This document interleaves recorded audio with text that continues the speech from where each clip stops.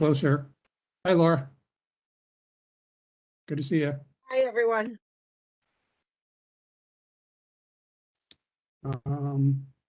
Okay. So just, welcome everybody to Committee Board 1 Environmental Protection Committee meeting. And tonight we're going to hear about 2 items. They're both cleanup programs, one a state program with DEC regarding Broadway Triangle, one of their sites, and then that'll be followed by an OER cleanup program dealing with one of the river ring parcels, or a part of one of the river ring parcels. And so I suggestion format is the agency will present, and talk about the project, and then it'll be followed by questions or comments from committee members and board members, and then members of the public can do the same after that. So we'll deal with the Broadway Triangle first, go through a cycle, and then have the river ring presentation follow that. So there's Katie. So we're very close. We have 5. I'm here. Sorry. Thank you. I see you, Katie. Good to see you. Thank you. Well, now that we're very close to a quorum. Jerry, could we go ahead and take the roll, please? Sure. Steve Chesler. Here. Eric Brusitis. T. Willis Elkins. Katie Denny Horowitz. Here. Yo Lowe. Trina McKeever. Here. Janice Peterson. Bella Sable. Laura Hoffman. Here. Kevin Costa, I'm sorry. David Grossman. Here. 5 members present. Okay, we'll go with that. Jerry, I'm here. I was having trouble with the link. It had the wrong date on it, so I just went in through the calendar. You probably have the date for the next meeting. That's why. For the 3rd? Yep. Yeah. Okay. Anyway, hi. So you're early for the next one, late for this one. No problem. Okay. Well, I'm here. Good to see you, Eric. Okay, so we officially have a quorum now. Okay. That's great. So, Jane, if you could take it away. You should be able to, if you want to share your screen, or someone share the screen from your team, should be able to do that.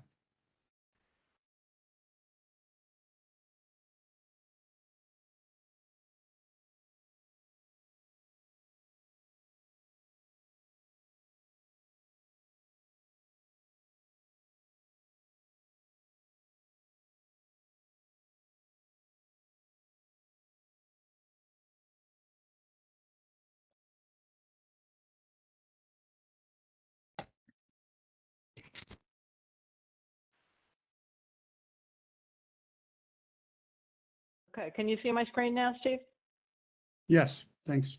Okay, great. All right, so let me minimize this. I'll move this up out of the way a little bit.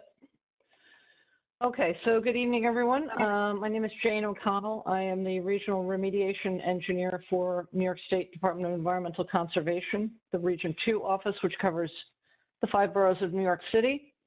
Also on the line is Mandy Yao, who is the project manager for this site, and Rodney Rivera from our Legislative Affairs Office. Tonight, I'm going to give a brief presentation about the Broadway Triangle Site C, which is in the New York State Brownfield Cleanup Program. We recently issued a fact sheet announcing a 45-day comment period on the remedial action work plan. And so this is a perfect opportunity to brief you on the status of the project.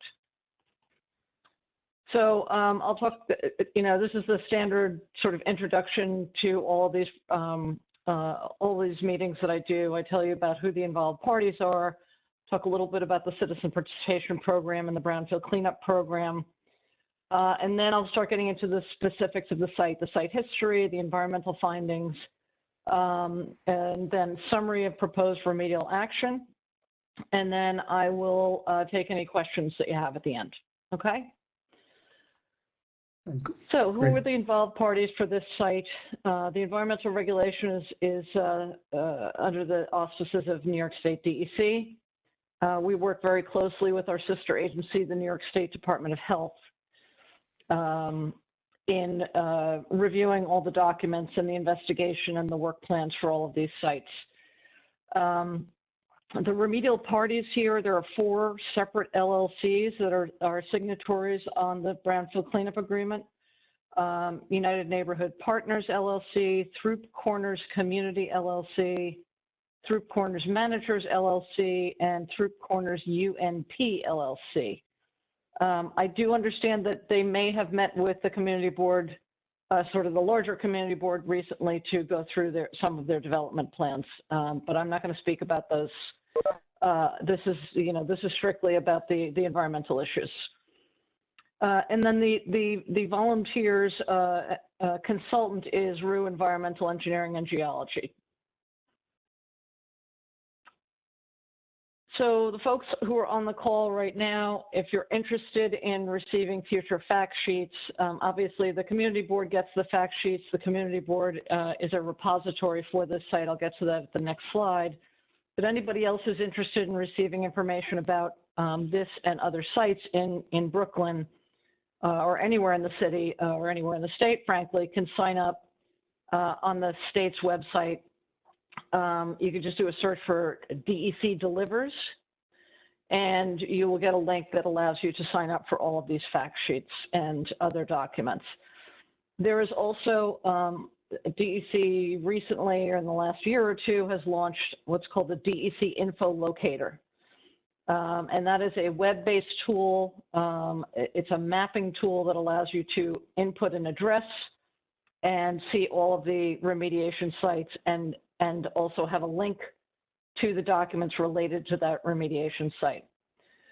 The next slide talks about where the document repositories are. So again, Community Board 1 acts as a repository, as well as the Brooklyn Public Library, the Bushwick branch. And as I mentioned, we have an electronic repository on the DEC Info Locator. Okay, so a little bit about the Brownfield Cleanup Program process. This is a voluntary program, so a party that's interested in going through the Brownfield Cleanup Program has to submit an application. That application was submitted for this particular site was submitted in the spring of 2021. The application is subject to a 30-day comment period that was completed on June 11, 2021. Following that, we executed the Brownfield Cleanup Agreement with the parties. That agreement was executed on July 28, 2021. Following the execution of the agreement, the volunteers consultant submitted a work plan for the investigation. It's called a remedial investigation work plan. Actually, I'm sorry, it was submitted with the application. They submitted the RI work plan with the application. So that was subject to, as you can see here, the same comment period as the application. And that investigation work plan was approved in August of 2021, after which they went out into the field, they collected data. That was in September of this year.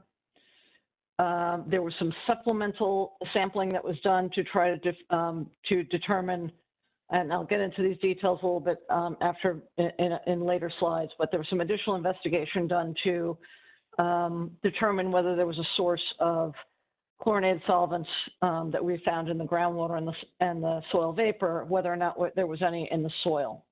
So I'll talk a little bit about that on the figure, so that'll be coming up. So all of the field work for the investigation was completed by the end of October 2021. So the stage that we're at right now is in the proposed remedy stage. The draft remedial action work plan, RAWP, was submitted to us in early December. It was reviewed by DEC and by the Department of Health to see if, we thought that it was satisfactory and sufficient enough to go out for public comment. And we issued the public comment period fact sheet on December 23rd, 2021. It's a 45-day comment period, and that comment period ends on February 6th, 2022. After the end of the comment period, if we get substantial comments that require us to revise the remedy, we have to go through that process. If there are no substantial comments, DEC and the Department of Health will approve the remedial action work plan, and DEC issues a decision document. After that, the applicant volunteer is required to implement the remedy if they want to proceed with the program. And once the remedy is implemented, the remedy has to be monitored if there are any institutional engineering controls required for the remedy. So that's an overview of how the process works. So a little bit getting into more into the details of this particular site. It is about a little more than half an acre property. It's in an urban neighborhood. It's a single tax lot, and it's for the most part, rectangular shaped parcel that is fronted on Jerry Street, Bartlett Street, and Throop Avenue. Currently, the site is vacant. It's got a chain link fence around it. There's some patches of exposed concrete, but it's been a vacant, undeveloped lot for a little bit of time now. This is kind of hard to see, but I'll zoom in a little bit to give you sort of an idea of where the property is in the larger context of Brooklyn. Oh, my screen just, hold on, I've got to wait for it to catch up to me. There we go. And then this figure here is a close-up of where the site and where it's located. So the Throop Avenue is on the right, Jerry Street on the north, Bartlett Street on the bottom. I'm sorry, this is Jerry Street's not really north, it's kind of northwest. Some of the later figures, I just want to clarify, and I'll try and point this out when I'm going to the later figures. Some of the later figures are turned 90 degrees from this. So I just wanted to orient you to, you know, Jerry Street, Throop Avenue, and Bartlett Street, and then these are other out parcels that are not part of the Brownfield cleanup program.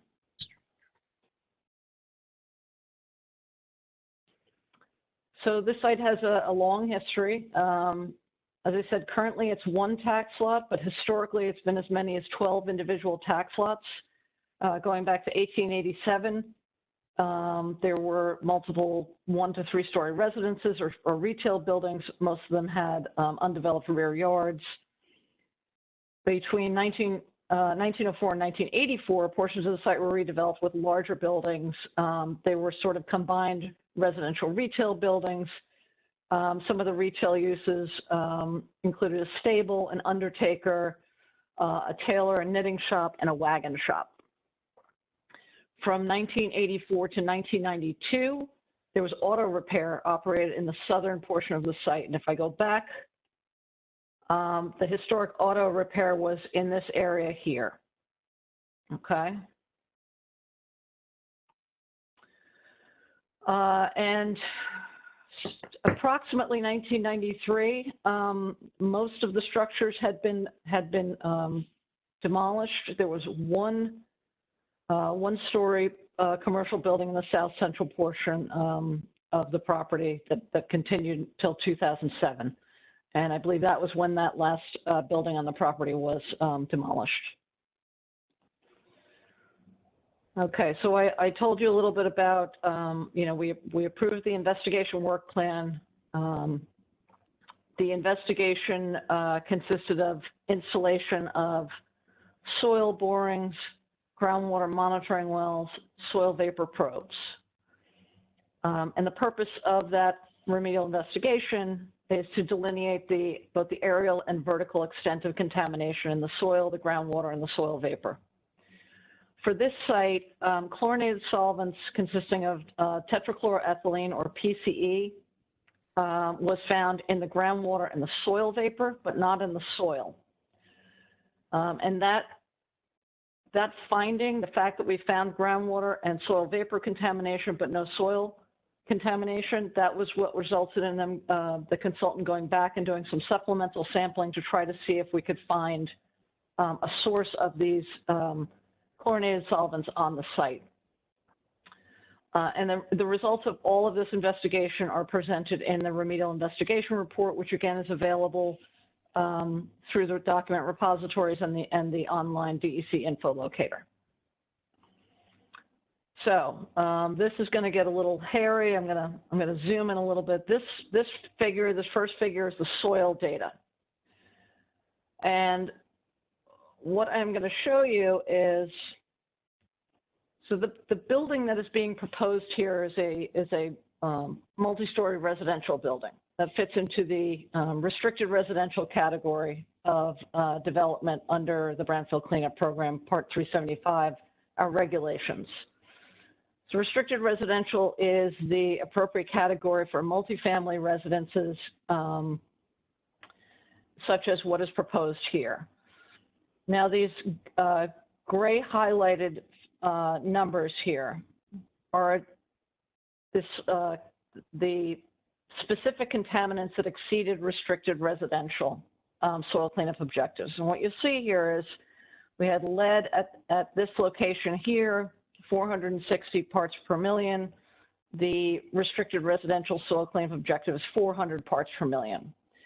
And that is in the upper 2 feet, a 0 to 2 foot sample. Samples deeper than that, no exceedances were found at that location. Then we have another sample location here. Again, we had some lead. This is slightly deeper. And we had some copper at a concentration of 2,930 parts per million. This is down at a depth of 17 to 19 feet below grade.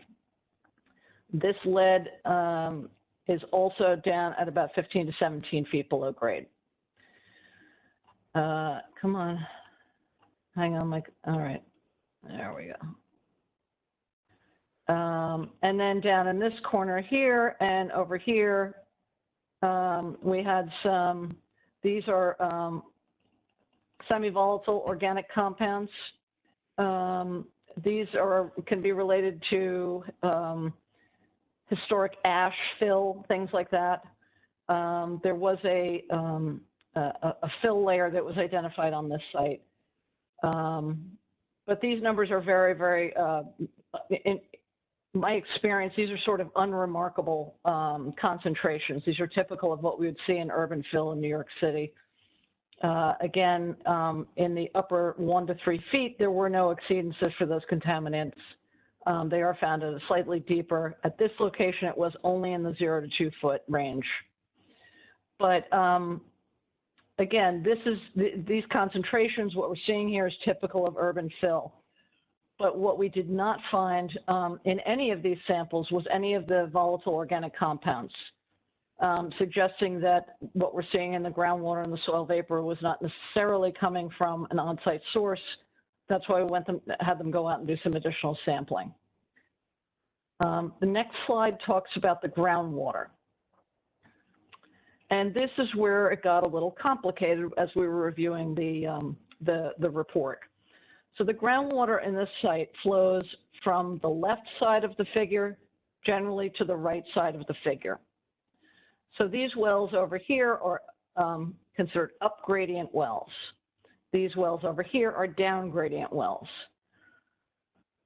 At this location here, which is the most up gradient well, I'm going to zoom in a little bit so you might be able to see it a little bit better.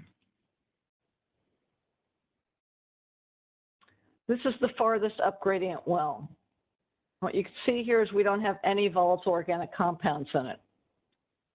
Same thing here, a little bit farther down gradient. Where we do have, the only place we found chlorinated solvents in groundwater was at this well, which is at the farthest down gradient portion of the property. And the concentration was 28 parts per billion. The groundwater standard is 5 parts per billion. So Relatively speaking, yes, this exceeds the water quality standards that are set in New York State, but relatively speaking, that is not a massive exceedance of the groundwater standard. But it is there, and it is in the down gradient well, which this was the reason why we asked them to go back and look for a source, because it appeared from the data that the water flowing onto the site didn't have these solvents in it, but the water flowing off the site did. So they went back and they put in a bunch of additional soil borings in this area and did not find any evidence of these volatile organic compounds in the soil. I just want to go to the next slide, which is the soil vapor slide. And I'm going to zoom in again so that you can get a little bit of a better idea of what we're looking at. The soil vapor was very similar to the groundwater in that the soil vapor at the up gradient side of the property, which would be this location right here. Hang on, let me zoom down.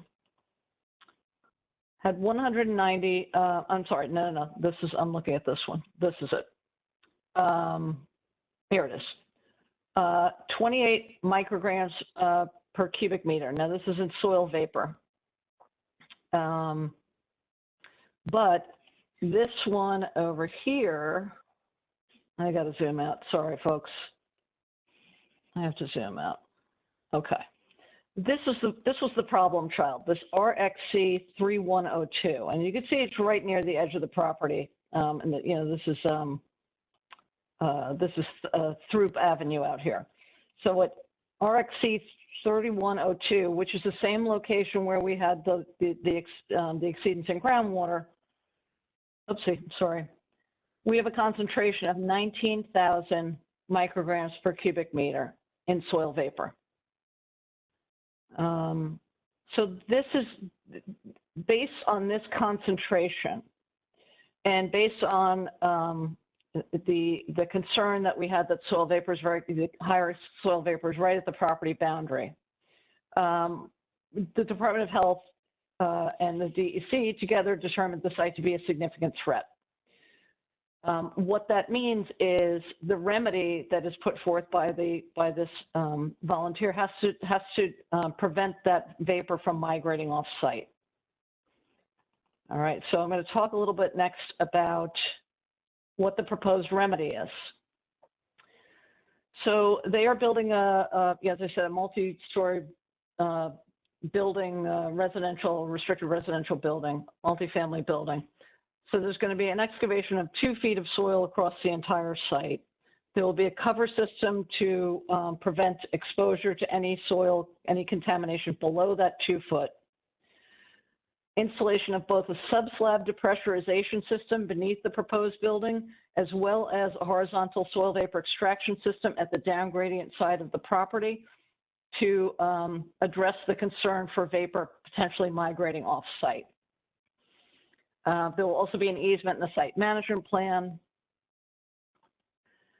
And so this is a figure, again, this is the one that I wanted to tell you is turned 90 degrees. So in this figure, Throop Avenue is at the top, Bartlett is on the right, and Jerry Street is on the left.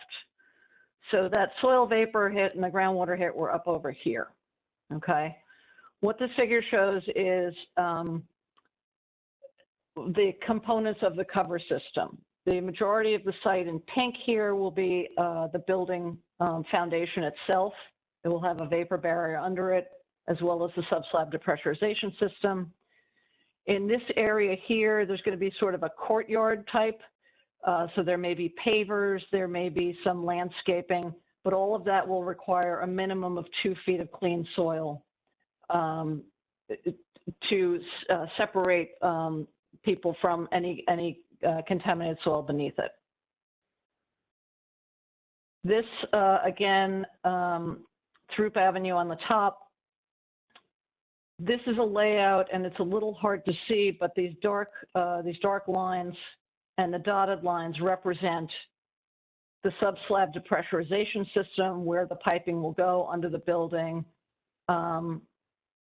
where the piping, this is the piping for the soil vapor extraction system to prevent that vapor from migrating off-site. And these would then be piped up to the roof, where they would be there would be a blower on the roof. They would be potentially carbon treatment on the air that's coming out, depending on the testing that they do of the effluent. And that system would continue to operate until Department of Health gave approval to shut it down. So that would be, you know, a permanent system that would be on the site.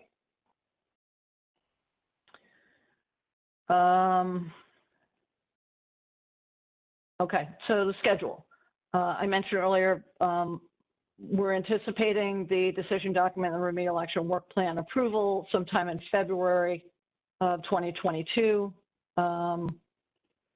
The remedial construction is still to be determined. We need to meet with the applicant and their consultant and their architect and their engineers to find out what their schedule is. They have to, get building permits. They have to get retain a contractor who's going to be doing the work for them. So that is to be determined, but I would anticipate it would be sometime in the late winter or early spring. Following the completion of all the remedial actions on the site, they must submit to us a final engineering report. And for this site, they will also have to submit a site management plan, which will document all of the ongoing obligations to operate and maintain the engineering controls on the site in perpetuity. There is an environmental easement that will be recorded against the site. And that's the overall how we're going to do this site. So that's my last slide, and I'll open it up to questions. All right, great. Thank you much, Jane. It's very helpful presentation and summary of the project. First off, depending on what our committee will put forward to the board, but if we need, potentially, if we move a recommendation to the full board is scheduled to meet and vote on items on February 8th. So if we do have something, would DC still accept something from the board that week? That's a Tuesday, potentially. Let me just look. So the 6th is a Saturday? Or it's the 6th? I think this runs through the 6th, correct? Did I say that? That's right. Look, if the comment period ends on a Saturday, we're probably not going to be acting on it until Monday or Tuesday anyway. I mean, officially the comment period will have ended. Right. If you have substantive comments that require some sort of wholesale change or modification to the remedy, we would certainly consider those after the comment period, but we would really prefer that the comments be provided before the end of the comment period if possible. Okay, we'll keep that in mind. Yeah, the 6th is a Sunday. I assume you won't be working that either. Yeah, so, all right. Yeah, first I'd like to pose a question or two and then open it up to my colleagues and others. Yeah, I guess it's just, a little concerning about sort of this mystery source of PCE that I guess is on the edge of the property. And assuming, that, the remediation is, successful in preventing from migrating off this site, but what is to prevent, is there assumption that somehow this, like at least through the groundwater, that this compound is somewhere migrating, I don't know, from the west or from someplace off site, that wouldn't continue? Or is there something in the remedy that would prevent future migration and additional accumulation of the contaminant in the future? So this is a good question, Steve. I think, as you can see, it's not a huge site. It's only, 0.6 acres. There's a lot of samples that were done here. The evidence doesn't suggest that there's something migrating onto it from off-site. And in fact, even the groundwater concentration at the downgradient end, as I said, is not remarkably high. You know, it does exceed the groundwater standard. And the groundwater here is not particularly deep. I think it's maybe 10 or 12 feet below grade, something like that. So the likelihood that this 16,000 is coming just from the groundwater, I'm not sure that that's the case. My suspicion is that there's something in the soil here, which will probably get excavated out either through the. Let me go down to the. This is a good figure. Okay, so I don't know if you can see this. So this is the area sort of where the higher soil vapor was, and they've got to put in a number of footings, and so even though there's a 2-foot excavation across the site, there is deeper excavation that has to happen here for the development, perhaps down as deep as the water table. That coupled with that soil vapor extraction that is going to be in this area, I'm confident that they're going to address whatever potential source is on this site with the remedy that they've put forward. The significant threat determination that DEC did, after this remedy is implemented, it's likely that DEC would hire a contractor to go out and take soil vapor samples here and potentially across Throop Avenue to confirm that this soil vapor extraction system is effective in preventing that migration off-site. Does that answer your question? Yeah, that, especially that last part. Yeah. And then just, especially that, the designation of significant, threat to health and otherwise, is the site's proximity. There is a Talmudic study academy across the street. It looks like it has, athletic courts and other kind of active open space activities, and there's residences nearby as well. So just talk about just terms of just the terms of going through the physical remediation process, and then afterwards how the those who are active nearby or living nearby will feel safe. So yeah, that's another good question, and I know that comes up in a lot of these meetings. So each of these remedial action work plans has to have a site-specific community air monitoring plan. It has to have a soil and materials management plan. It has to have odor and dust control plan. So we take these sites very seriously. We put everything into these work plans, and the volunteers, contractors are obligated to follow those plans. Before this work will start, we always have a pre-construction meeting with the contractor, with the consultant, with the applicant, in which we reiterate to them the importance of the community air monitoring plan, the importance of keeping a safe site. In other words, we don't want any dust generated or going off the site. Our goal is that this is going to be safe for anybody who's around it, that it's not going to be, the remediation and the construction itself should not cause any off-site impacts to anybody other than noise. Right. So on the site, as that's going on, there will be usually there's a large notice board with contact information. Just if someone smells something, sees something, feels weird, that there's a very direct, easy way for folks to contact DEC or other stakeholders.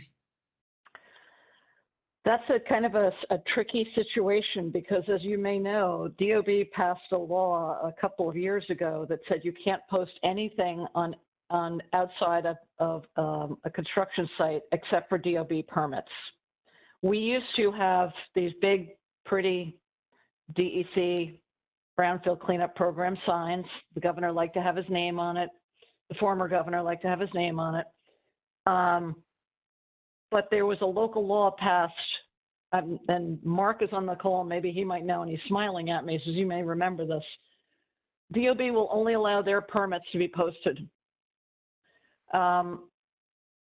So I don't know that we'd be able, you know, we could try to put something up there, but it's possible that the contractor might get a violation for doing that. But we could certainly talk to the developer about, you know, posting something there, as long as it's not going to get them in Dutch with DOB. Yeah, just wondering if that's a huge obstacle. Essentially, you know, the developer is, is locally based for the most part, that there's an involvement that they can notify or physically distribute, notices to the Talmudic Study Academy and residences. Yeah, because, Well, if there's particular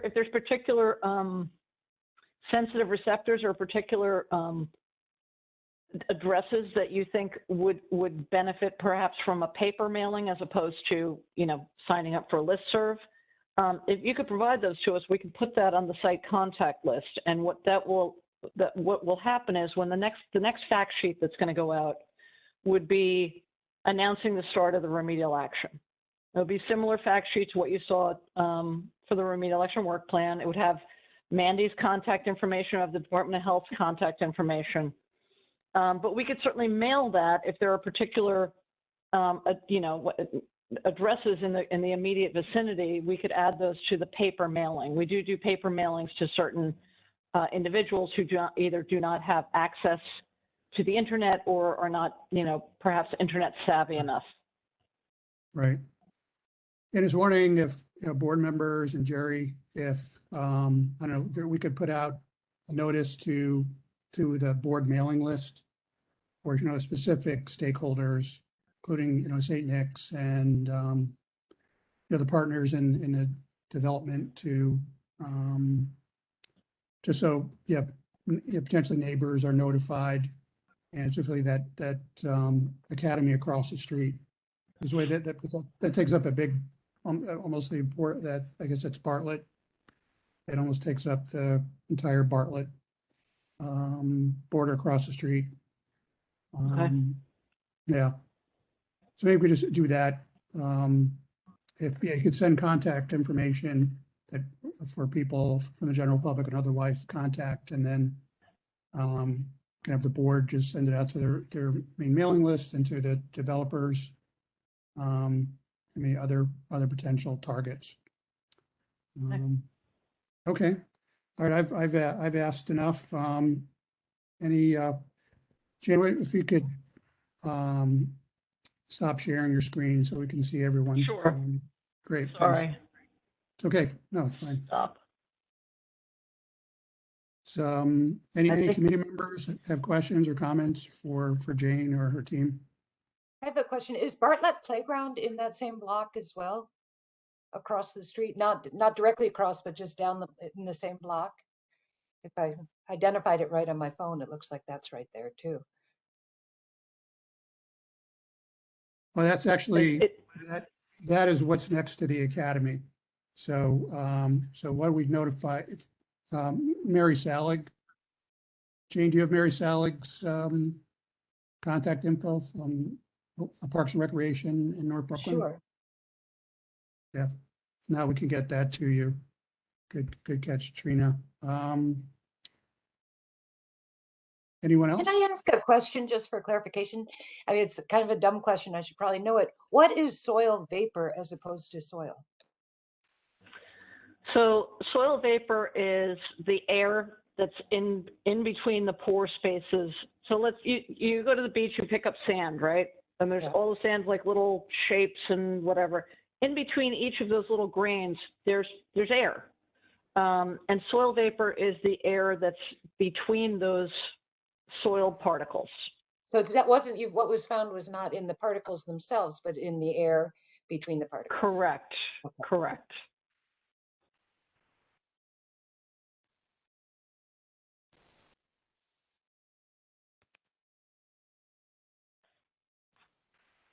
Sorry, just getting caught up on the notes here. I guess also Yeah.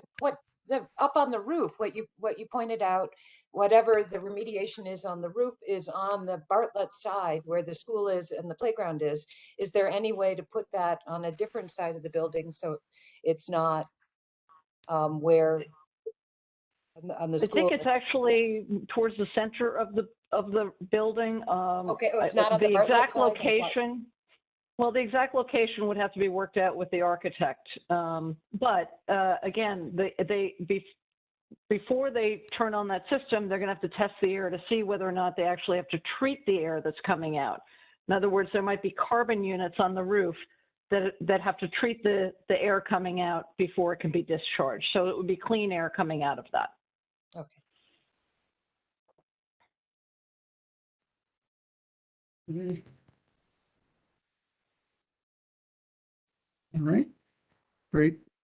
Anyone else, either from the board or general public?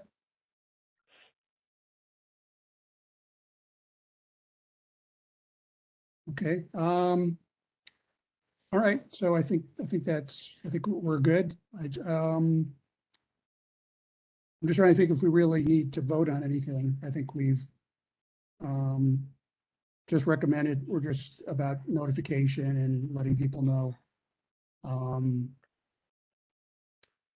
Jerry, do you feel like this is suffice for just us to request that, you know, Jane and DEC provide contact information to the board, that the board distribute that information to stakeholders and the general mailing list? You also have the applicant, you have a representative from Roswell on the call if you have any questions. So, Steve, if you want, you can share that fact sheet, the fact sheet that we sent out. That can be shared with anybody in the public. You could send it out to your mailing list if you want. That has Mandy's contact information. It has the Department of Health project manager's contact information. So Okay. that can certainly be shared with anybody on your mailing list if you'd like. Okay, that's very good. Is Yeah, that- so I have a question. Sorry. Is that toxic substance that you're finding indicative of any particular industry? Yeah, I mean, tetrachloroethylene is most commonly found in dry cleaning. It's an industrial solvent, but the most common use of it is dry cleaning. We did not, we looked through the site history on this. Rue Associates did a very careful look back. We did not find that there was a dry cleaner on the site. That doesn't mean that there wasn't one operating at some time in the 40s or the 50s or the 60s. But that's generally where it comes from. It's a dry cleaning solvent.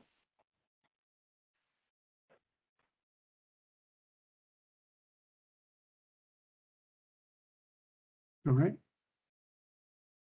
Okay, I think then so yeah, if there is someone here from the development partners, just in terms of communicating to residents and nearby folks and institutions about the remediation, is that something you can aid us in doing? Yeah, can you hear me? Hello, everyone. Yeah, who are you, please? Drew, okay. This is Drew Vanderberg. I'm Senior Project Manager at Riseborough Community Partnership, and we're one of the co-owners. All of those LLCs that applied for this application are actually for nonprofits from the community, and we presented this project back in early December or late November. But yes, the short answer is yes. The communication and notice to the stakeholders is something we love to do. We'll absolutely be doing that at every step of the process, including presenting the next phase of this project to the full board or the next board meeting for the site A of this project.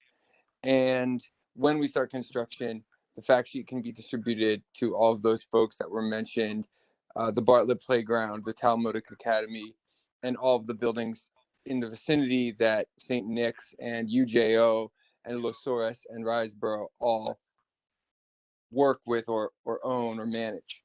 So if you want to send us over, or just send Jane, and Jane can send it to us, the exact list of folks that you want added to that distribution. And then in addition to the folks that were on the citizen participation plan that received the fact sheet, we'll just send more information to all those folks, since the public comment period is still live and construction will be happening. So you're always happy to just receive comments or outreach from stakeholders in the neighborhood to make sure everyone's on the same page about this construction and what we are building. Okay. Yeah, no, that's great. We will do that. We almost forgot, Jane, would it possible for you to share a link to tonight's presentation? I can email a copy of it over to you, Steve, tomorrow, and you can put it up on your website. It's just a PDF. I can send it over to you. Sounds fine. Great. Thank you. Mm-hmm. Right. Anything else from anyone? Oh, Katie? Thank you. I had a couple questions. So I guess, Drew, it sounds like you're doing this, but increasingly, developers in this area are doing a sort of bi-weekly update to local residents. Maybe I'm just getting them because I have so many developments around my house, but it's like okay, here's what's happening this week on the site. And so it's not just sort of outreach to the community, organizational stakeholders, but actually the residents around, which, I think I am a recipient because the developer actually came around and got our email addresses to be able to update us in real time. So that's something to think about as well. And the other question that I had, and Jane, I thought of it when you said dry cleaning, because Steve, correct me if I'm wrong, that's the main solvent that's in the Meeker Avenue plumes, right? Which is not close to this site, but I wonder if it's at all possible that maybe it's traveling, or whatever the source is, which I know is unknown in that area, but it is the same chemical that's prevalent. Well, I think the Meeker Avenue plumes is really more trichloroethylene, TCE, which is a much more commonly used just general industrial solvent that's used for metal works, metal cleaning, parts cleaning, things like that. Meeker's is a TCE dominant plume. This is tetrachloroethylene, so it's a different chemical. It's also a chlorinated solvent. You're right in that, but they're two different chemicals.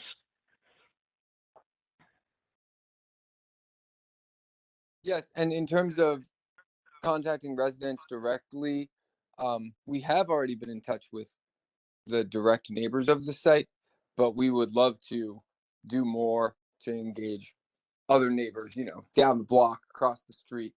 So I don't know how we would coordinate that with our contractor on a bi-weekly basis, but it could be arranged. And I think it's a great recommendation for us to just gather contact info and create like a bi-weekly just email blast or something to keep people updated on construction and when these affordable housing units will be going up for the affordable housing lottery as well.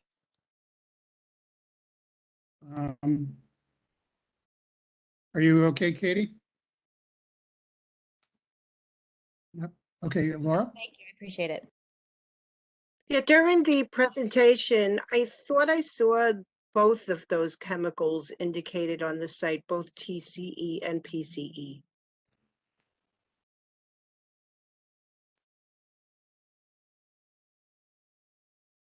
Sorry, I had muted myself. Laura, you're right. There is a little bit of TCE. The TCE is a breakdown, a degradation product of tetrachloroethylene. So it breaks down from tetrachloroethylene to trichloroethylene, dichloroethylene, vinyl chloride.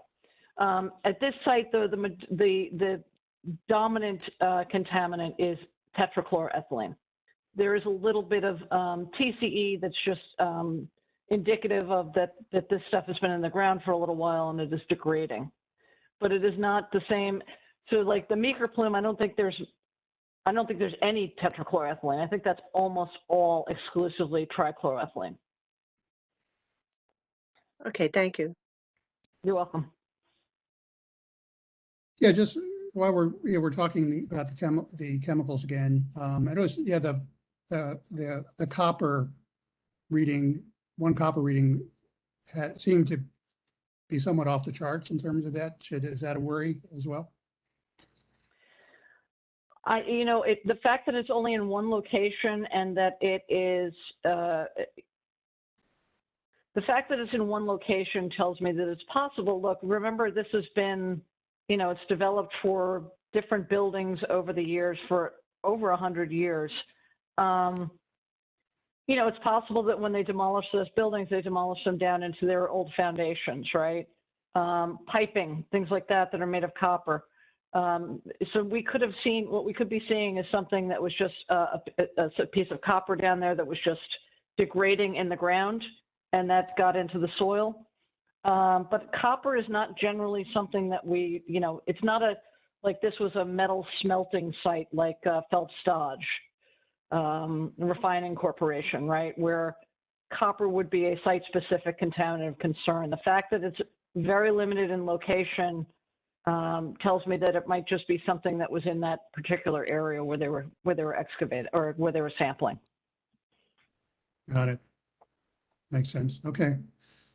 All right. Final call for questions or comments for Jane, DEC, Rue, or for Drew, the development team. All right. Guess that we'll wrap that this item. Jane, thank you very much for presenting and everyone who came to be a part of this. So sure, happy to do it. I'll see you on February 3rd. Right. No, thanks again for agreeing to appear on that date as well. So it just seemed to be not a problem. a wave of projects coming through. So there's going to be, I'm sure there'll be more of them. Yeah. Yep. Development boom has not waned at all. So we're good. Okay. Well, thanks again. All right. Sure. So let's move on to item number 2 with OER and Shamander. Are you? Yep. So you're still there? Yeah. From OER? Yeah, I'm here. I'm going to put up the presentation. Give me a second. And I Okay. think Mark McIntyre, our director, will start it, and then I'll take over. Okay. Yeah, so this is dealing with 105 River Street, which is part of the River Ring project. And but it's only part of this 105 River Street property, so it'd be interesting to hear the details regarding that. Can you see the presentation or no? Now we do. Yep. Okay.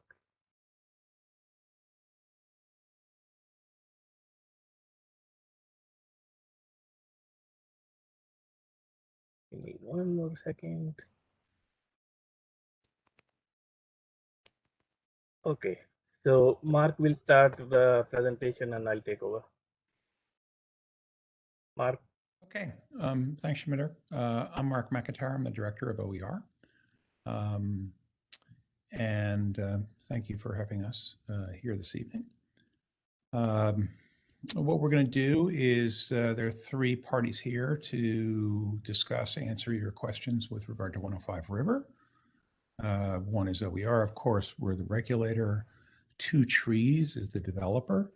And Brucey Environmental is the environmental consultant. So we're all here to respond to your questions and make this presentation. I just was going to talk briefly about OER, the structure of OER, and how it applies to this site. Some of you may be familiar with this. So what is OER? We're an office of 21 people. mostly scientists and engineers who manage the city's principal land cleanup program. We operate two programs, the E program and the Voluntary Cleanup Program, or VCP. The E is a mandatory program. Sites that are rezoned receive an E designation if their redevelopment may lead to exposure to hazardous materials. The VCP, in contrast, is a voluntary program, as its name tells you, modeled after the state Brownfield program that parties can opt into to clean up their sites. Here, 105 River has an E designation, and Two Trees has opted to enroll in the VCP to satisfy the E designation requirements. A couple of points about the VCP. It basically handles light to moderately contaminated properties. In the process of our work on these sites, we brief New York State DEC, Jane and her colleagues, on all VCP projects. And separately, City Health also opines on the protectiveness of our proposed VCP remedies. Finally, the VCP provides significant features that safeguard the neighboring community from construction impacts. Shaminder will go into the details of that with regard to 105 River. So let me turn it over to Shaminder. Okay, so my name is Minda Chawla. I'm a deputy director with OER. I've been there for 10 plus years. Before that, I was working with Jane in state program for about 20 plus years. So I have knowledge of both the programs. We are having this meeting because you received the fact sheet about this river site, and we have the exact same similar process like Jane discussed. Our program, VCP program, is like basically mirror image of the state VCP program. We have the same citizen participation requirements. This fact sheet was part of the citizen participation. We have, like Jane mentioned, we have community protection plan, we have construction health and safety plan, we have all those things included in our program. So basically for this site, phase one was done and the developer came to us and we did the investigation of the site. Right now we are at this stage where it says fact sheet one. We have the comment period, 30-day comment period on the remedial action work plan that ends on February 3rd next week. And we can talk about that later on. I'll come back to this slide. So basically we are talking about three city lots which are listed, which are seen right here in the Williamsburg area. One is known as 105 River Street, second is 87 River, and third is North First Street. These are the three lots we are talking about. In between is there is Metropolitan Avenue, and up there is a North 3rd Street and North First Street right here. Basically, development includes two towers by Two Trees. These are the two towers. The first one is this one, which we are going to talk about today. Second tower is not scheduled at this time. And then the third portion will be this, all this parkland will be built by Two Trees. And this park will be connected to the Domino Park, which is right here. I think Two Trees can talk about this later on after the presentation. So today we are going to talk about a triangular portion of 105 River Street, right where, if you can see my mouse over there, I'm moving it right there. So this will be the first building coming up, the one I showed you before. Metropolitan Avenue in between these two blocks will be demapped, as that's my understanding. And this building will have arcade space at ground floor and retail space over there. And then the 20,000 square feet building will be put in this triangular area right down here. This will be a 46-story building as proposed, and it has a tail and arcade, as I said. Parking will be provided on 2nd and 3rd floor of the building, and the community facilities like gyms and other stuff will be from 4th through 7th floor, and residential apartments are going from 8th through 42nd Street floor. History-wise, like I said, we did phase one here, and then other investigations were conducted. History of the site included sugar refinery, lumber yards, cold storage yard. It has a major oil storage facility ran by Con Edison, which actually was decommissioned back in 2012. Since 2013, the property is vacant and undeveloped, and it's in this stage you see today.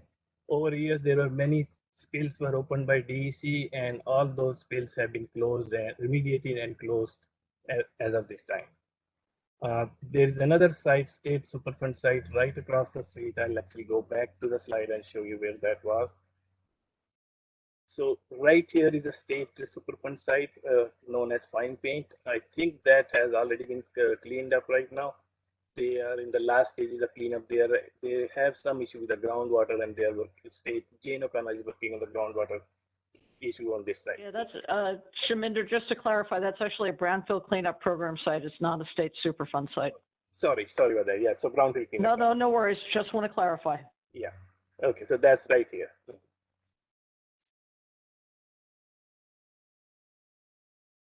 Okay, so like Jane mentioned before, investigations, we did that there were phase 2 investigations done between 2000 and 2017, and spills were closed up, and back in 2012, DEC spills program issued no further action on this site.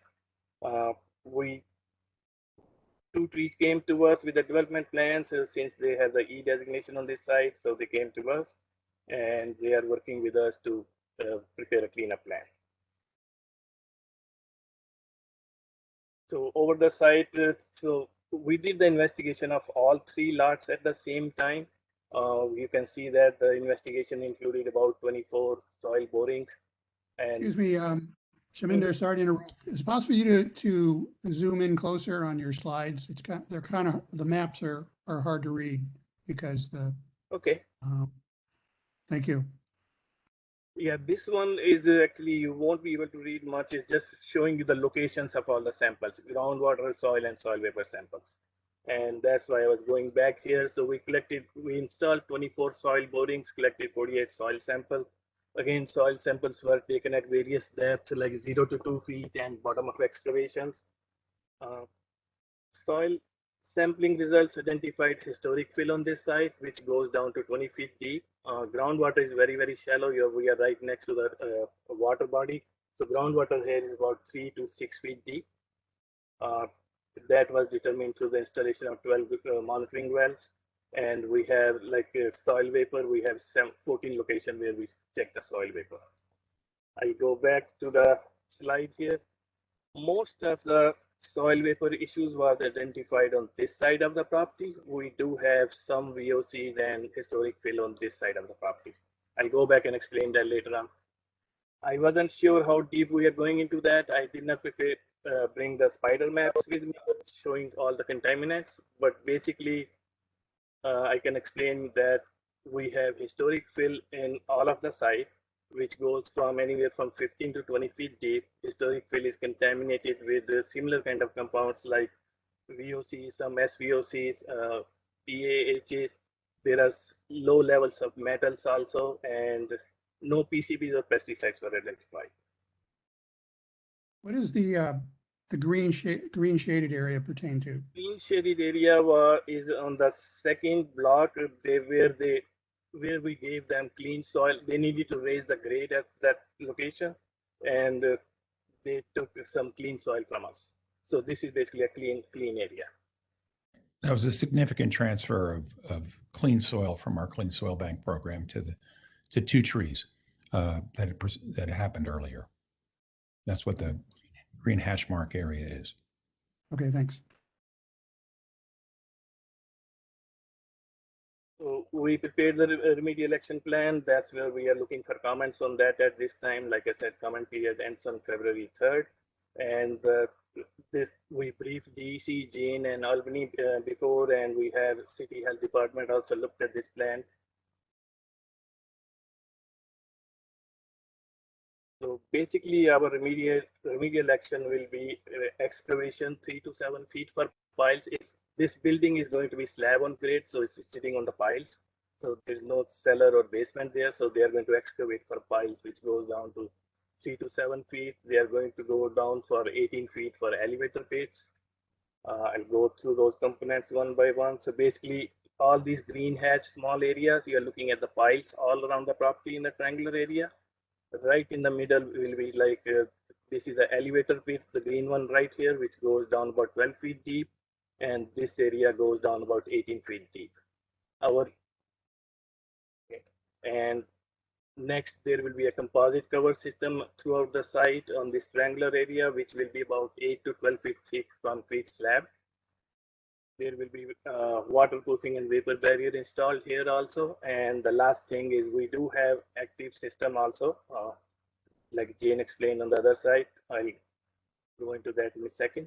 So basically, when they excavate, soils are basically either stockpiled on the site, or sometimes they do direct transfers, or sometimes after the stockpile is moved later on. So soils are moved later on after they characterize the soils properly.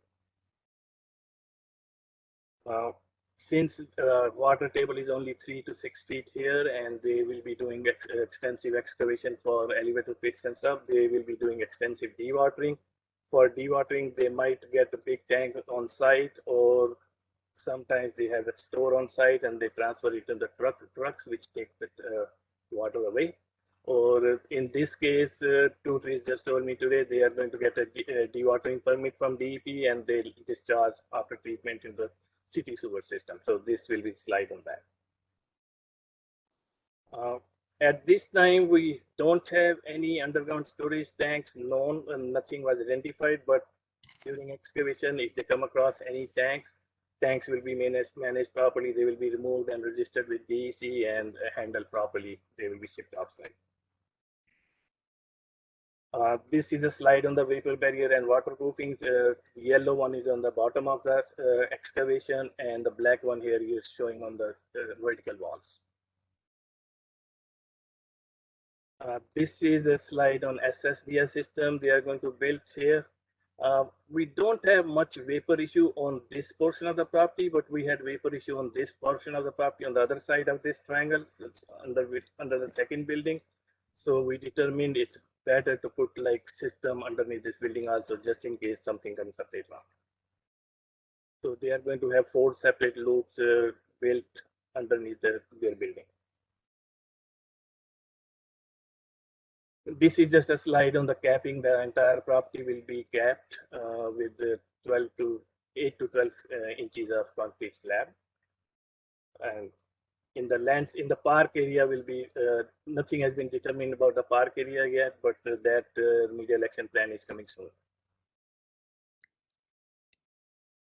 So once they start excavation, when they're ready to start excavation, they are going to fully characterize the soils. We have the process for them. They take samples for the soil for disposal purposes. They give the results to disposal facilities. Disposal facilities approve that they can receive that kind of material, and then they go through our process of approval. So we have extensive approval process that all the soils coming out of the site needs to go to the proper places. This is just showing you what kind of manifest and everything is done.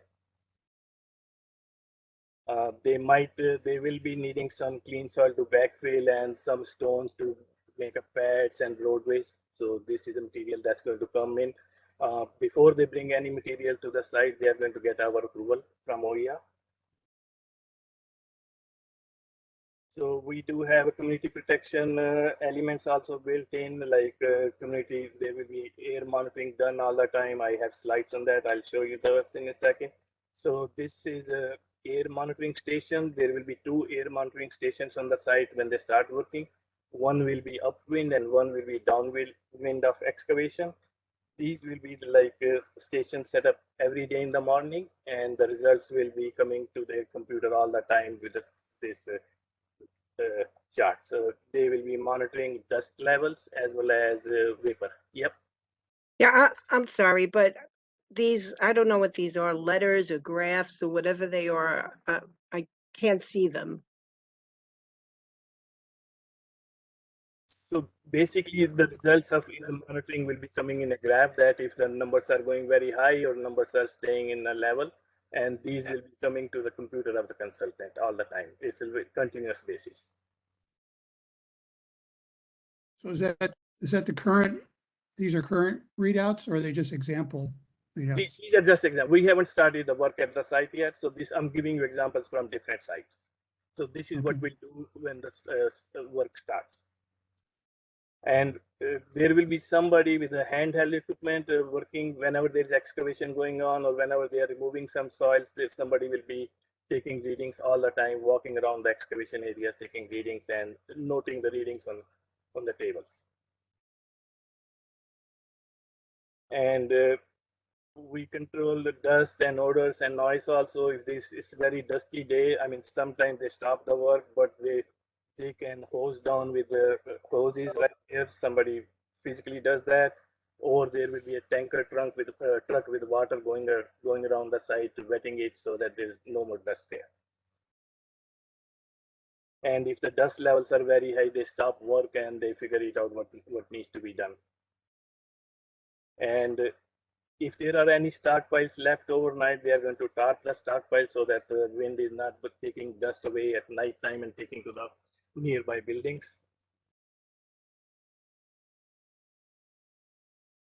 All the trucks leaving the site will be covered on the top, and this is the green truck showing there's a tarp here that will be covered on the top. And any truck leaving the site their tires will be washed and scraped so that they are not going to track any soils or any dust to the streets or the nearby streets. If something happens, there will be a flagman there, or there will be other people there. They are going to send some sweeper to clean up the streets. This is the truck route. As of right now, the truck route is designated as Metropolitan Avenue going to the BQE. And when the trucks come to the site, they will go into the Metropolitan Avenue and into the site. So there won't be any trucks off-site on the streets. They estimate about construction work, excavation work for 4 to 6 weeks. And they estimate about 50 trucks per week. So that comes down to like 10 trucks per day. And during all the soil excavations, all remedial components, there will be daily reports provided to us. And in the end, like Jane said, there will be a final report, which gives us, which we review and give them approvals on those. So right now we are in the fact sheet 1. After the comment period is over, we are going to write the decision document just like state and approve the remedial action work plan. Then we will issue second fact sheet when they are ready to start construction work. And then the construction period goes, we get the daily reports and everything else. And then in the end, we are going to issue another fact sheet saying that construction is complete on that site. Shirley Chen is our my project manager. She is here. Her contact information is here. I'm right here, and Mark is here also. We have a general OER line also. You can always call directly to me or general line, and somebody will answer your question, get back to you. You have a fact sheet with my information. You can distribute that to anybody for comments and stuff. And I'll go back to the development slide, and then I'll be able to answer all of your questions.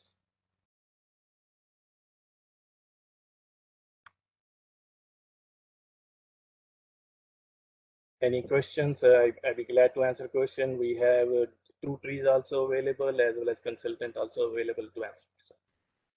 Okay, great. Thank you very much for that. We appreciate it. Yeah, I had a couple of questions off the bat. I was okay. First, I was saying, so is this technically a brownfield site? Yes. You can call it a brownfield site. It's a development site for us.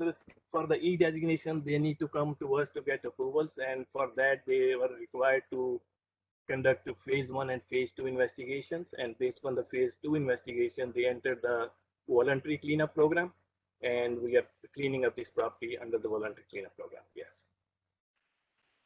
For the brownfield, we briefed DEC on this one. This site was not deemed as significant threat site, and that's the reason we are working on this site in the city program. Okay. All right. As I spoke to someone on the developers team, specifically said it's not, but based on how you started your intro, Mark's intro, it's otherwise. But I guess it could be low and moderate brownfields. Yes. Yeah.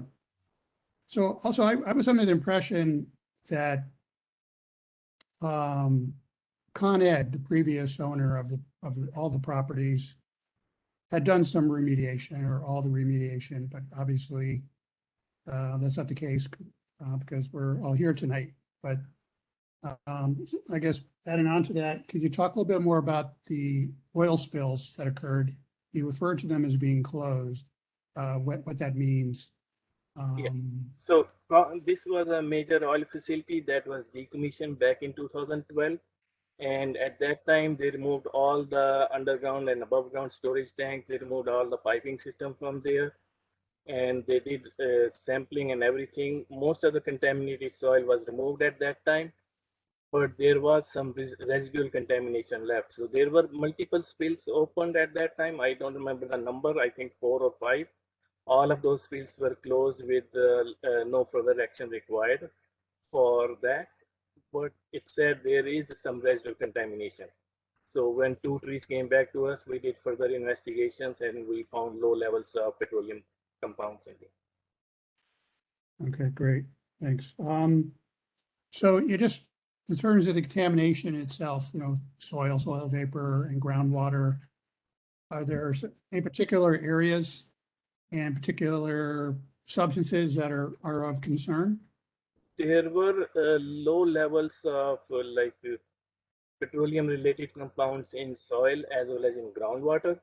Groundwater is being investigated right now. I mean, we did the investigation, we gave all those results to DEC, and Jane is looking into the groundwater in the offsite from fine paint site, and we'll see what kind of remediation, if anything, is required over there.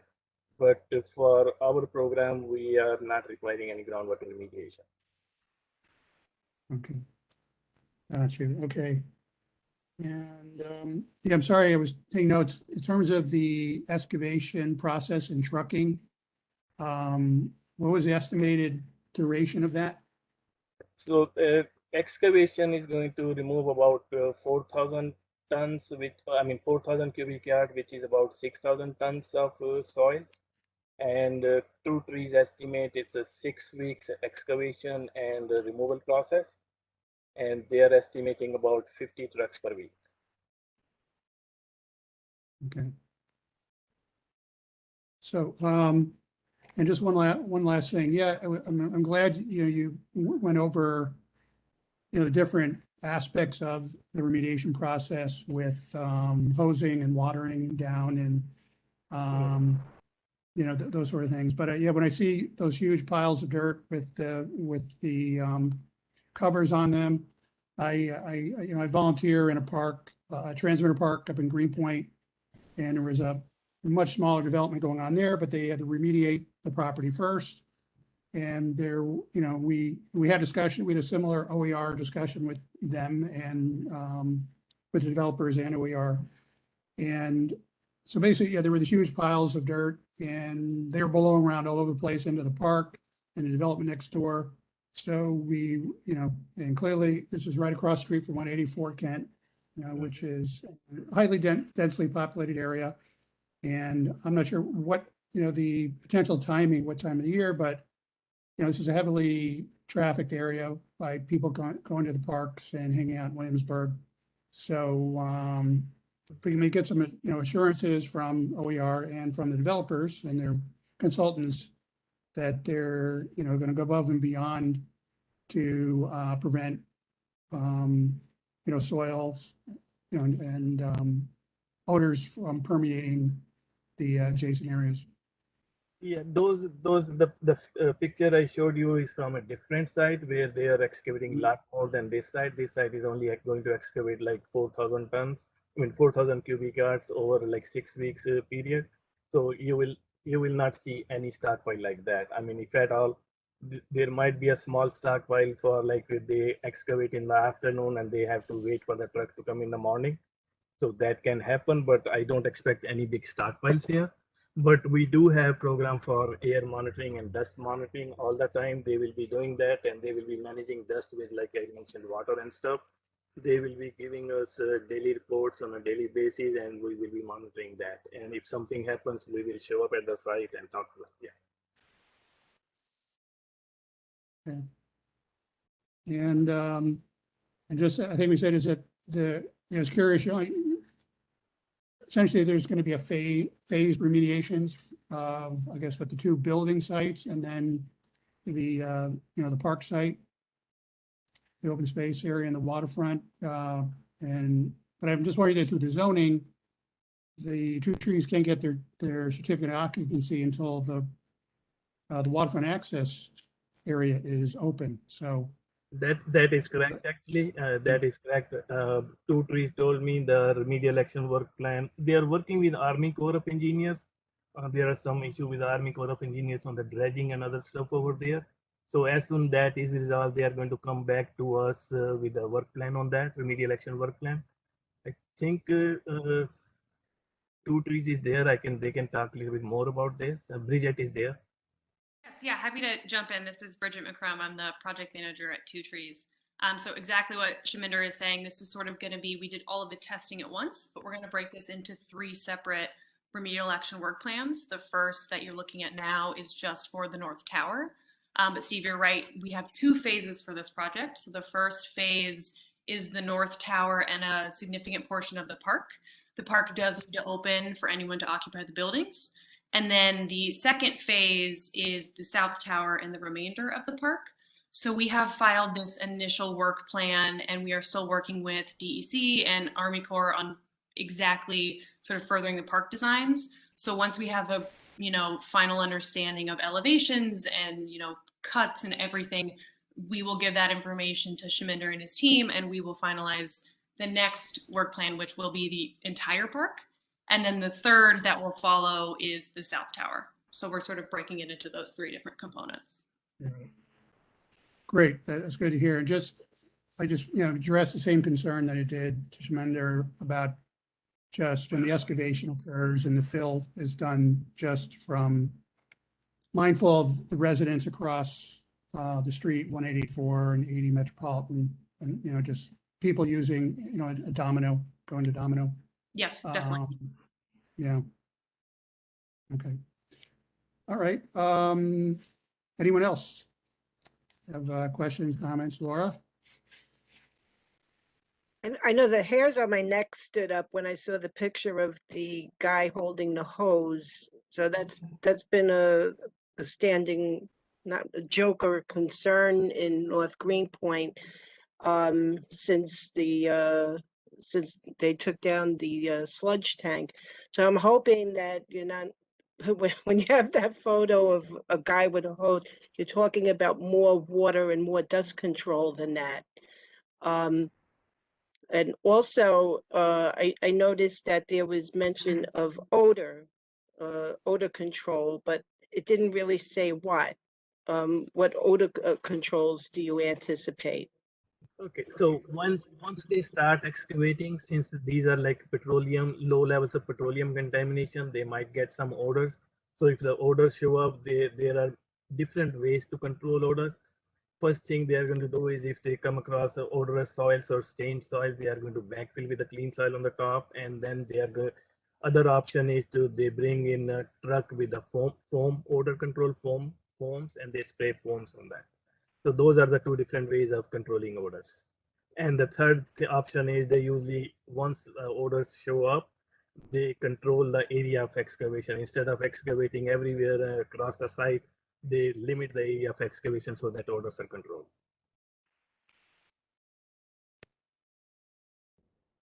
Thank you. Shaminder, could you turn off the screen sharing so we can see everyone? Sure. Thanks a lot. And how do I do that? Push the share button again, and then it says stop sharing or something. It's not giving me option. Steve, I have one question. Okay, Jared. Is there a New York City DEP outfall that runs through the property? I don't know. Nothing that I know of. Maybe Bridget can say something on that.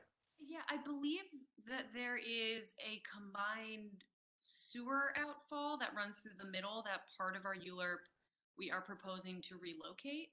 That runs, I believe, through Metropolitan. Mhm.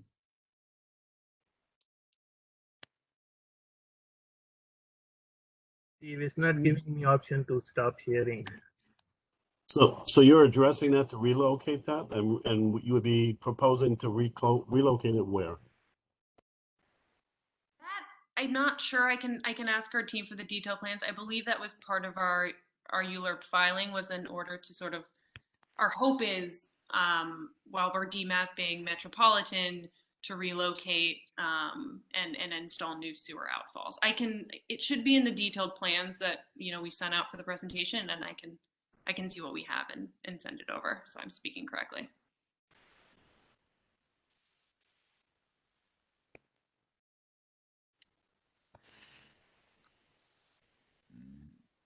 All right, anyone else? Well, Jerry, do you have any control over the screen sharing to? No, it's self-inflicted. He just has to withdraw it on his own. Okay. I see the button, but it's frozen for me. Okay, yeah, we've run into that on occasion. I see All right. two hands. I see two hands raised up, one by Maureen and one by Eric. Yeah. Okay. I have my hand raised. Okay, yeah, I just want to hit the committee members first, Maureen, and then I we'll get can't. to, Yeah, I can only right. see 4 people. Okay, Eric? Yeah, just thanks for the presentation. Just in terms of the truck traffic, you said approximately 10 trips in and out. What are the size of those trucks? And going back to Steve's point about covering trucks, how well covered will they be leaving the site? Because we already have a huge dust problem on Metropolitan Avenue. And is the top layer going to be wet? Like, what's going to be done to prevent dust heading out to the BQE?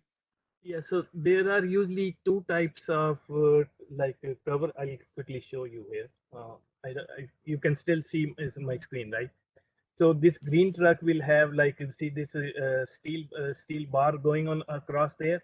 So what that is like a tarp. So once they're ready to move out, they roll that towards here, so cover it up. But this way is not 100% covered. So if the truck is bumpy or something, they can still spill something over there. This is the truck so far. My understanding is they are going to bring, but other way of doing it, they have like a closed tarp system, which is like bolted onto the side of the truck so that not even a speck of soil comes out. I can reach out to a consultant as well as two trees and figure out if really that dust is an issue, we can get those kind of trucks. Yeah, that would be best if you just tried to do that on the front end, and then as long as the trucks aren't tractor trailers, yeah, usually they are about 22 to 25 cubic yards, Yeah. the way you see them here. Right.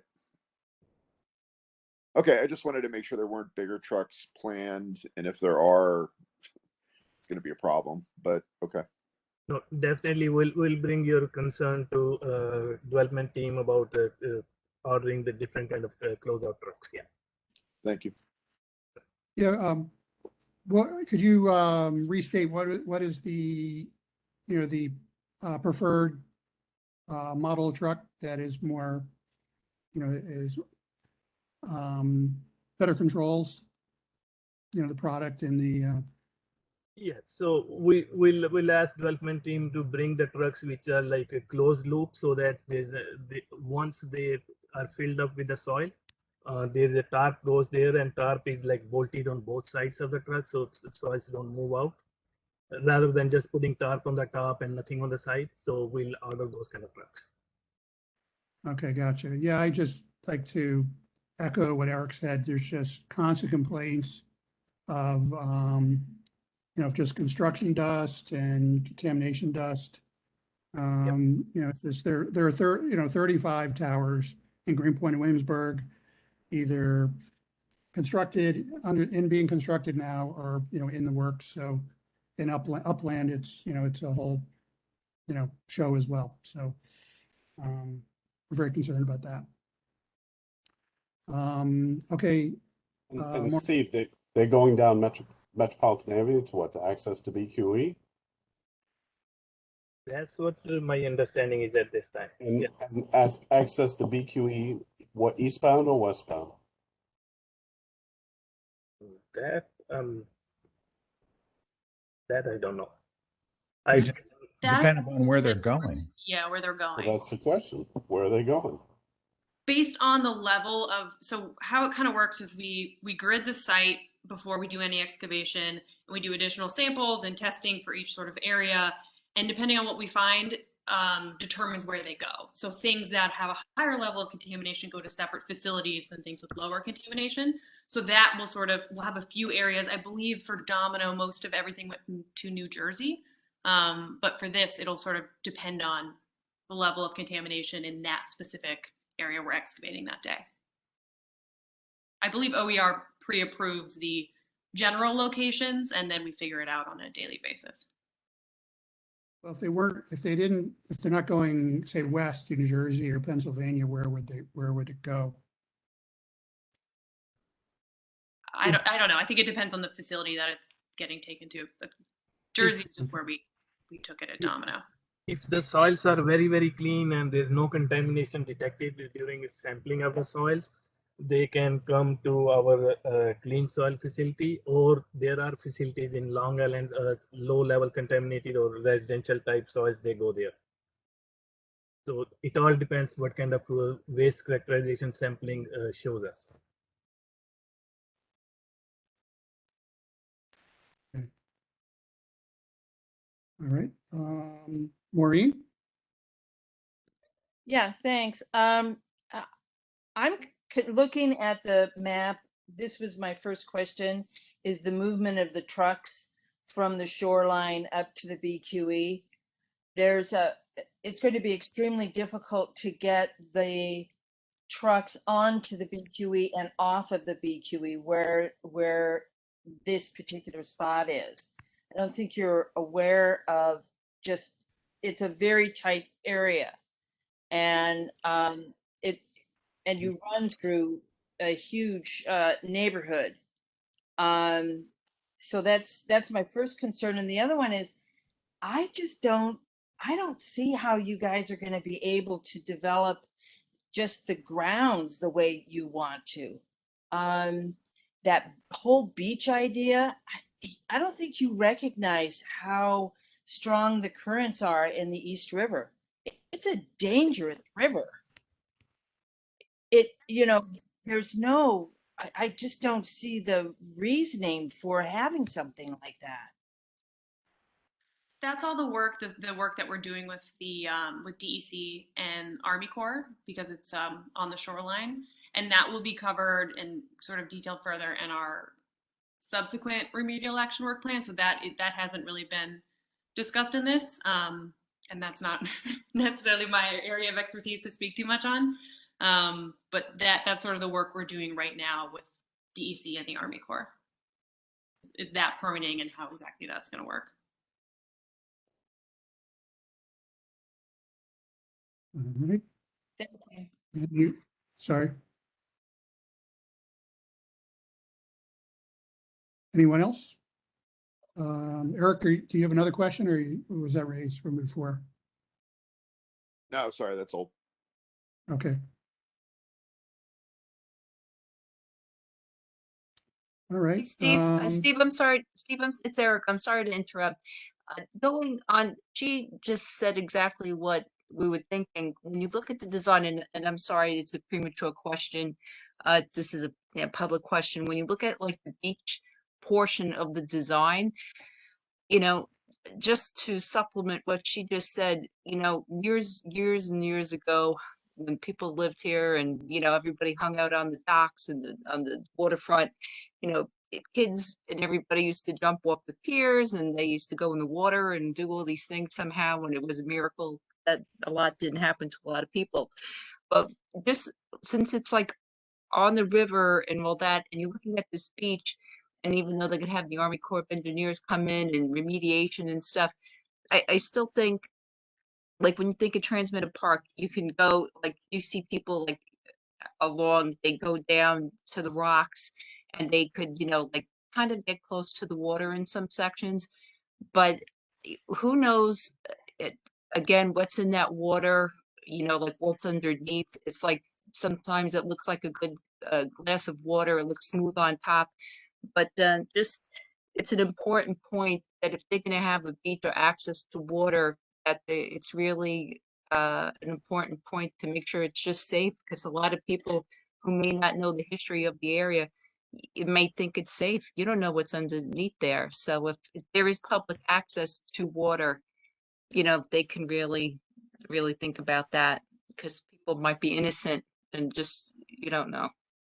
Just like even like Bushwick Inlet, when you go down to the water when the tide's out, you see all the metal and like the pottery from prior industry that was there and stuff like that. And a lot of people may not realize that. So I just wanted to add that. Sorry. Yeah, definitely. We'll make sure in our work with Army Corps that all of your concerns are definitely taken into account. All right, thanks, Erica. Anyone else? All right. So I think, we've just addressed, put out a lot of concerns just about, trafficking of soil in and out, and concerns about the CSO outlet and general safety. So I hope, that OER and Rivering, I hope you've heard us loud and clear. We, want everyone to be safe. So, this rezoning was controversial. People are just worried about the stress on the infrastructure of just adding another 28, almost 2,900 people to the neighborhood, that, just to have our remediation, there are aspects of it go awry in terms of, just petroleum odors or, piles of dirt blowing around, et cetera, et cetera. And just feeling safe with the new park and the beach and, wave action, et cetera. Yeah, and Steve, you're welcome to share my email address with everyone sort of on here if they ever want to reach out to me directly. That's also totally fine. Great, thank you. And just to the point that Jane brought up during the last project is, I assume OER is the same issue. That are you able to post contact information during the remediation on site, or does DOB? No, it's the same issue with the DOB. They won't. We used to put like a flyer out right by the permits or by the entrance door with my information there and the site information, but DOB does not allow that anymore. If there are any like stickers on the fence, they give tickets to the developers, so we are not allowed to do that anymore. Right. You have my information. If you see anything that something goes wrong, and if I'm not aware of that, just shoot me an email and we'll work that out right away. Okay. Yeah, I think Amy, that'd be great. If you could send a copy of your presentation in PDF form or a link. Sure. It's a real large file. Yeah. And I guess we'll distribute the notice from the board to various stakeholders.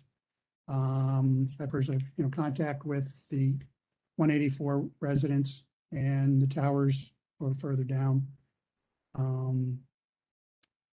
Yeah, so I think that's it.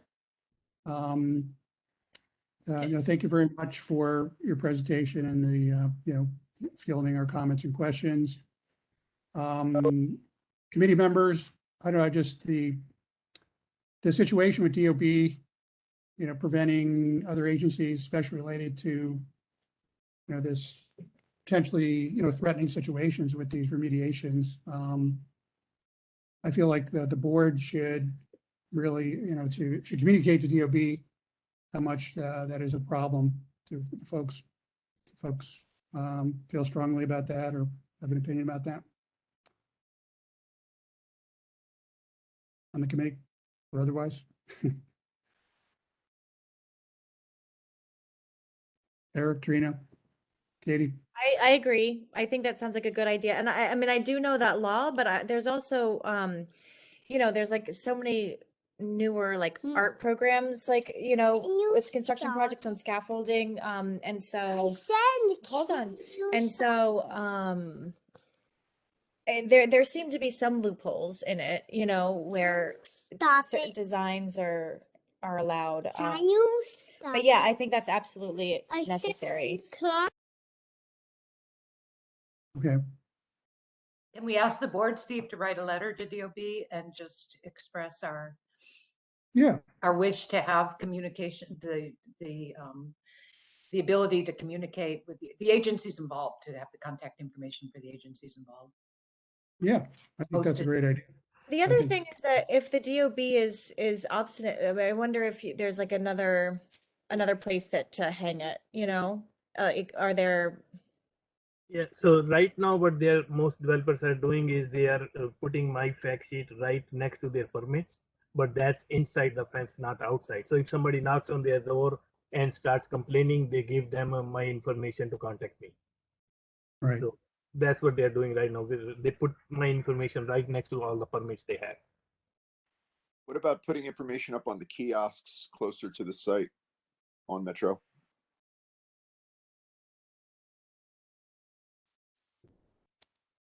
You mean like the Link NYC or? Yeah, yes.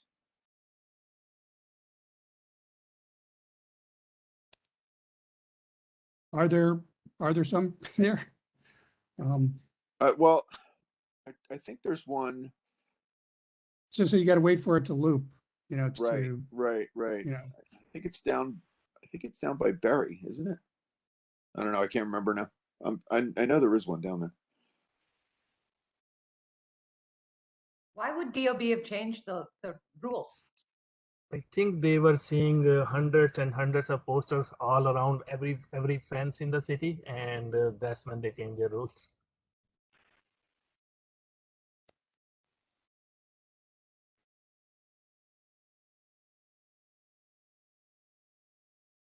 okay.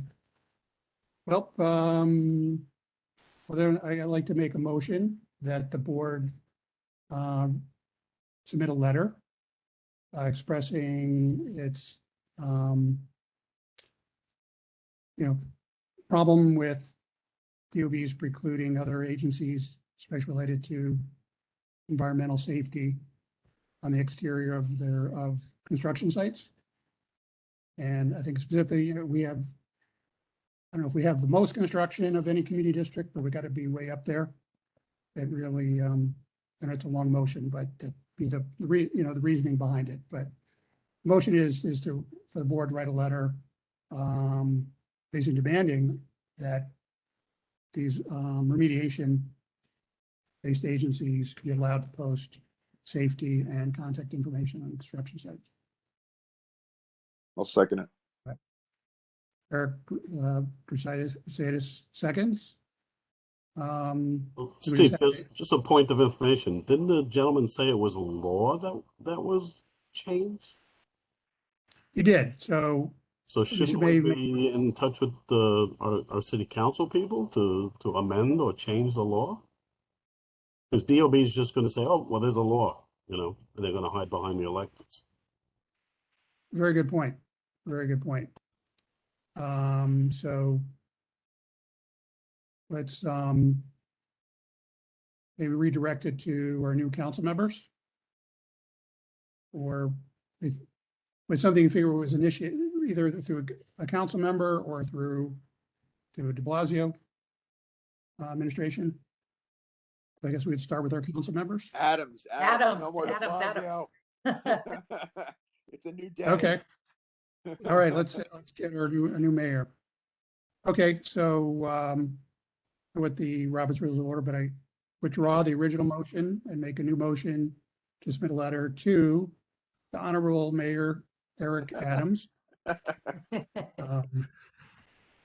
that expressing our consternation about the law precluding our environmental agencies from posting contact and safety information on construction sites that are undergoing remediation. Second, with a friendly amendment to include councils Gutierrez and Ressler, as well as the chair of the Environmental Protection Committee at the City Council, who I don't Okay. know who that is yet, but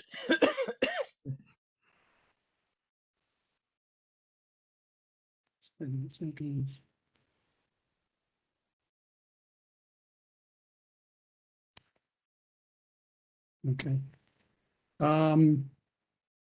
All those in favor? aye. Aye. Aye. Aye. Aye. Those against?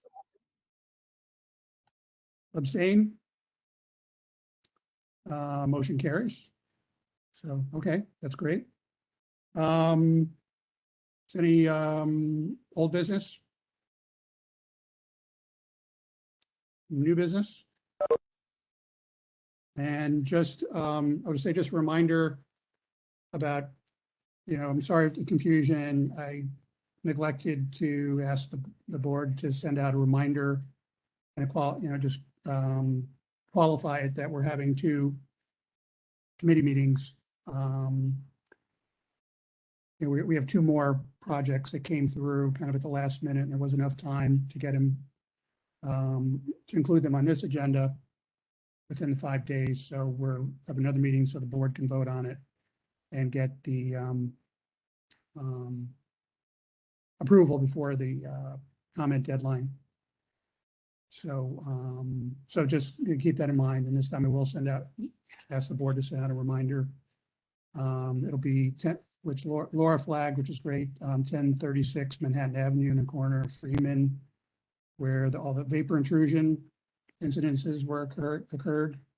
And that, just looking at the notice, it looks pretty hot, the contamination there, and really deep. And then another Greenpoint Landing lot is being developed. So we'll look at that. So and there was something else I was going to mention, but I just forgot. So I guess that's it. So, well, thanks a lot, everyone, for coming out. Oh yeah, Shaminder, are you still on? Yep. Mm-hmm. You forgot to ask about, well, I guess we're not voting on anything, so I guess it doesn't matter. I was just asking about the deadline. But I think we're okay. We're just going to report to the board our conversation, basically. So I think we're okay there. Yeah, no, even if, I mean, our comment period ends on 3rd, but even if you have comments afterwards and we haven't started work, we will consider those comments. So no problem with that. You can send those comments to us anytime. Yeah. Okay, that's great. Okay. And I think we are also in for next week's meeting. So we'll see you next week. Well, the 3rd, Yeah. February 3rd. Yeah. So, yeah, because it is next week. Yeah. Yeah, that'll be great. No, we'll be good to see you again. Yeah. And so I guess that's a wrap, Jerry. Thank you very much. And see you guys soon again online. All right. Have a good night, everybody. Good night, everyone. Night. Okay. Aye. Good night.